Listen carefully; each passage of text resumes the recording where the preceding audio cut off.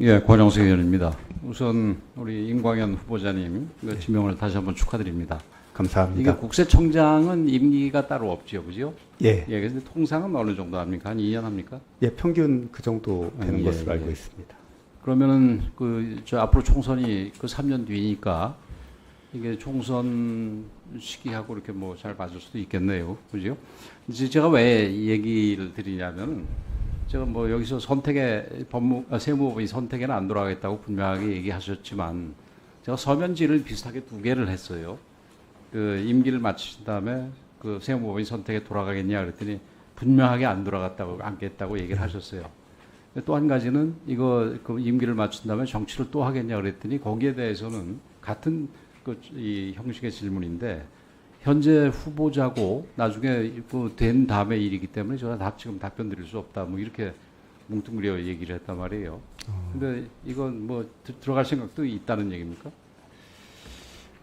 아직 지금 부임도 안 한 상태입니다만 하여튼 오늘이 공직의 마지막 날이라는 각오로 하여튼 국세행정 발전을 위해서 헌신하도록 하겠습니다. 근데 그것도 그러니까 지금 오늘이 이 부임도 안 한 분이지만 그 나중에 마치고 난 다음에 세무법인 선택에 안 돌아가겠다는 얘기는 계속 분명하게 하시면서 이 부분에 대해서는 계속 좀 모호하게 얘기를 하신단 말이에요. 그래서 이게 좀 문제가 있다 이렇게 생각이 되는데 그건 뭐 사실 정치를 하시든지 말든지 그거는 본인의 선택의 문제지요.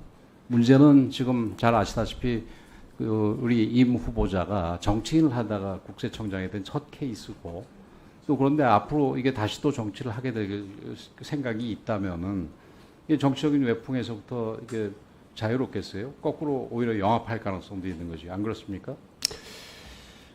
그래서 다시 한번 묻겠습니다. 이게 만약에 이게 저기 국세청장으로 임명이 돼가지고 나중에 임기를 무사히 마친 다음에 정치를 또 하겠습니까? 하여튼 지금 이 자리가 공직의 마지막 자리라는 각오로 국세행정 발전을 위해서 헌신하도록 하겠습니다. 그런 걸로 뭐 그런 식으로 받아들이겠습니다. 이게 결국은 정치적인 외풍의 문제지요. 국세청이 경찰청이나 검찰과 마찬가지로 대표적인 사정기관 중에 하나인데 이게 정적인 목적에 휘둘리면 안 된단 말이에요. 근데 지난 윤석열 정부에서도 반드시 없었다고는 얘기는 못하겠지만 그 문재인 정부 때 그런 경우가 많았습니다. 우선 문재인 정부 시절에 다스가 세무조사를 여러 차례 당한 적이 있었는데 아까 어떤 분이 잠깐 질문했는데 여기에 직접 관여한 적이 있습니까? 조사국장으로? 저는 관여한 적이 없는 것 같습니다. 직접적으로 관여한 적은 없어요? 예. 당시에 검찰 수사 중인데도 불구하고 당시 국세청이 관여를 했었습니다. 그건 알고 계시죠? 예. 근데 후보자께서는 그 작년에 강민수 청장 그 인사청문회에서 검찰이 수사 중이면 통상 세무조사를 중단하고 미뤄하는 게 옳다 이런 얘기를 하셨죠. 예, 그렇습니다. 예? 그리고 그런데 이제 보면은 윤미향 전 의원 같은 경우도 이거 뭐 정치적으로 왔다 갔다 한 부분을 얘기하는 건데 전혀 건드리지 않고 놔두고 있다가 이 정권이 바뀐 다음에 2022년 5월인가에 우리 임 청장께서 들여다보겠다고 얘기를 하셨죠. 그죠?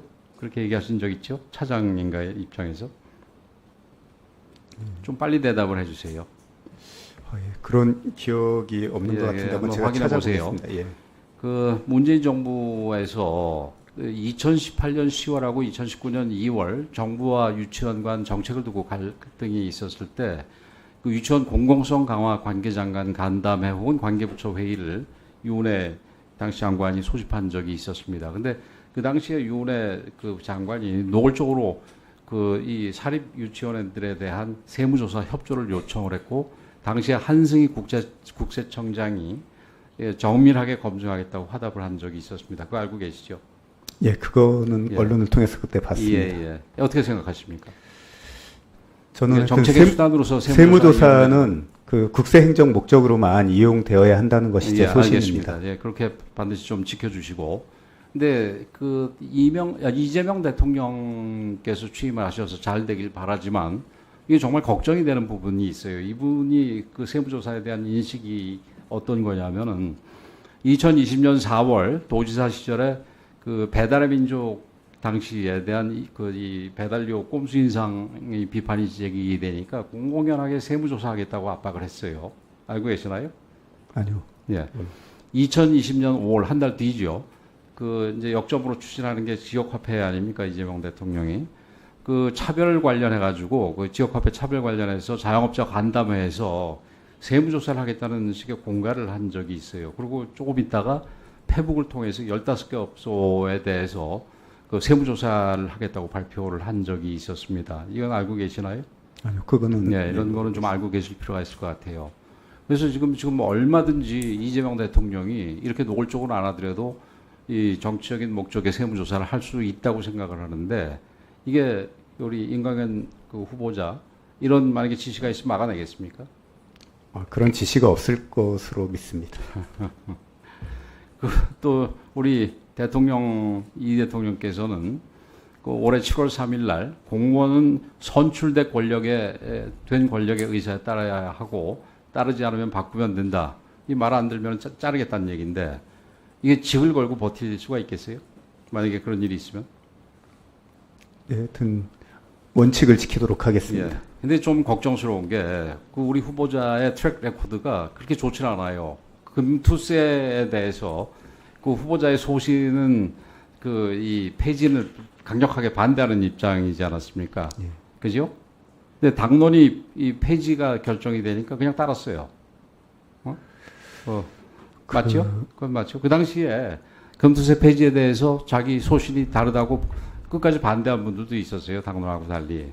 이게 뭐 당론에 따르고 안 따르고 어느 게 옳고 그러냐를 떠나가지고 어쨌든 이 큰 흐름에는 그냥 따라가는 게 여태까지 임광현 그 후보자의 성향이었단 말입니다. 그래서 만약에 정치적 목적으로 이런 그 이제 세무조사나 이런 걸 했을 때 과연 버티겠냐에 대해서 굉장히 좀 걱정스럽습니다. 더군다나 정치를 안 하겠다는 부분에 대해서도 그 금투세 부분에 대해서는 저는 이제 사실 처음에 이 개미들을 위해서 보완을 해서 시행을 하자는 그런 입장이었습니다. 그런데 그 금투세에 대한 제 입장이 이제 바뀌게 된 것은 언제였냐면은 7월인가요? 그때 이제 미국발 경기 침체와 엔캐리로 인해서 주가가 거의 9% 가까이 코스피가 폭락한 적이 있었습니다. 저는 세정 현장에서 오래 있었기 때문에 이 세금이라는 거는 민심에 반하는 세금은 굉장한 저항을 불러일으킨다는 생각을 가지고 있습니다. 그 대표적인 예가 종부세였다고 생각이 되고요. 예. 그래서 지금은 금투세를 시행하기에 적절치 않은 시기다라고 판단을 했던 겁니다. 네, 권영세 의원님 수고하셨습니다.